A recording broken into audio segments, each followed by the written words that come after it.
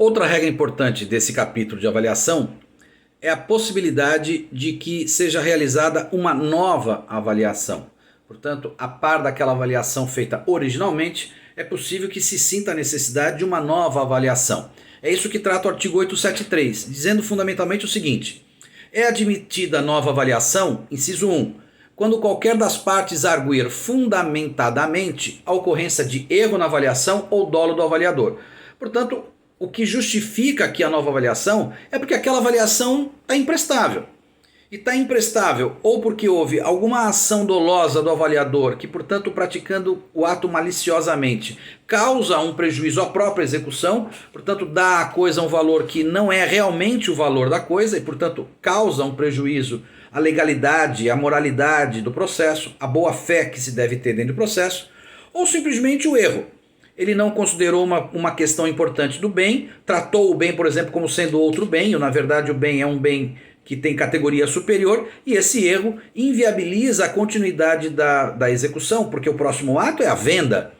Portanto, se a gente tiver um valor equivocado, nós vamos ter claramente um reflexo nefasto na alienação. Pode ser que inclusive com prejuízo para o executado, ou eventualmente prejuízo para o exequente. Então, é importante que o bem, quando for a leilão, ele tenha induvidosamente um valor real dado à coisa penhorada. Então, se houver esse tipo de situação de erro ou dolo do avaliador, evidentemente que a gente deve refazer a avaliação. A segunda hipótese, se depois de feita a avaliação, houve clara majoração ou diminuição do valor do bem. Isso também reflete claramente no leilão. Imaginem, foi avaliado o bem, penhorado uma coisa e avaliado lá no começo da execução. Passou um tempo, agora vai o leilão. E o bem teve absolutamente ou uma redução drástica de valor ou um aumento de valor. Isso tem um reflexo enorme para o leilão. Imagina, por exemplo, que a gente esteja levando um bem a leilão por 12 milhões de reais, que era o valor da época, e houve uma grande recessão econômica e o bem agora vale 8. É óbvio que o leilão vai ser negativo. Ninguém vai comprar por 12 um bem que hoje vale 8.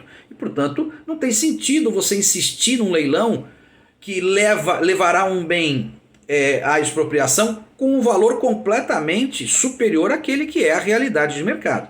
Então, se a gente perceber que o bem teve esse aumento absurdo de valor ou essa redução drástica de valor, a gente propõe para o juiz, portanto, uma nova avaliação. É óbvio que isso eventualmente vai depender de prova. Você então vai juntar os laudos que demonstram que houve um valor, que o bem teve um valor aumentado ou que o bem teve um valor depreciado. Isso depende de prova. Ou então você minimamente aponta essa possibilidade e custeia a perícia que identificará essa variação de valor. A terceira hipótese, quando o próprio juiz, sem que ninguém precise alegar, ele desconfia do valor da avaliação. Portanto, o juiz não se convence do valor da avaliação, acha duvidoso o valor da avaliação e, portanto, o juiz demanda uma outra avaliação. E aí, provavelmente, ou determinando as partes que tragam documentos privados que comprovem esse valor, ou simplesmente nomeando um perito para fazer essa avaliação, ok?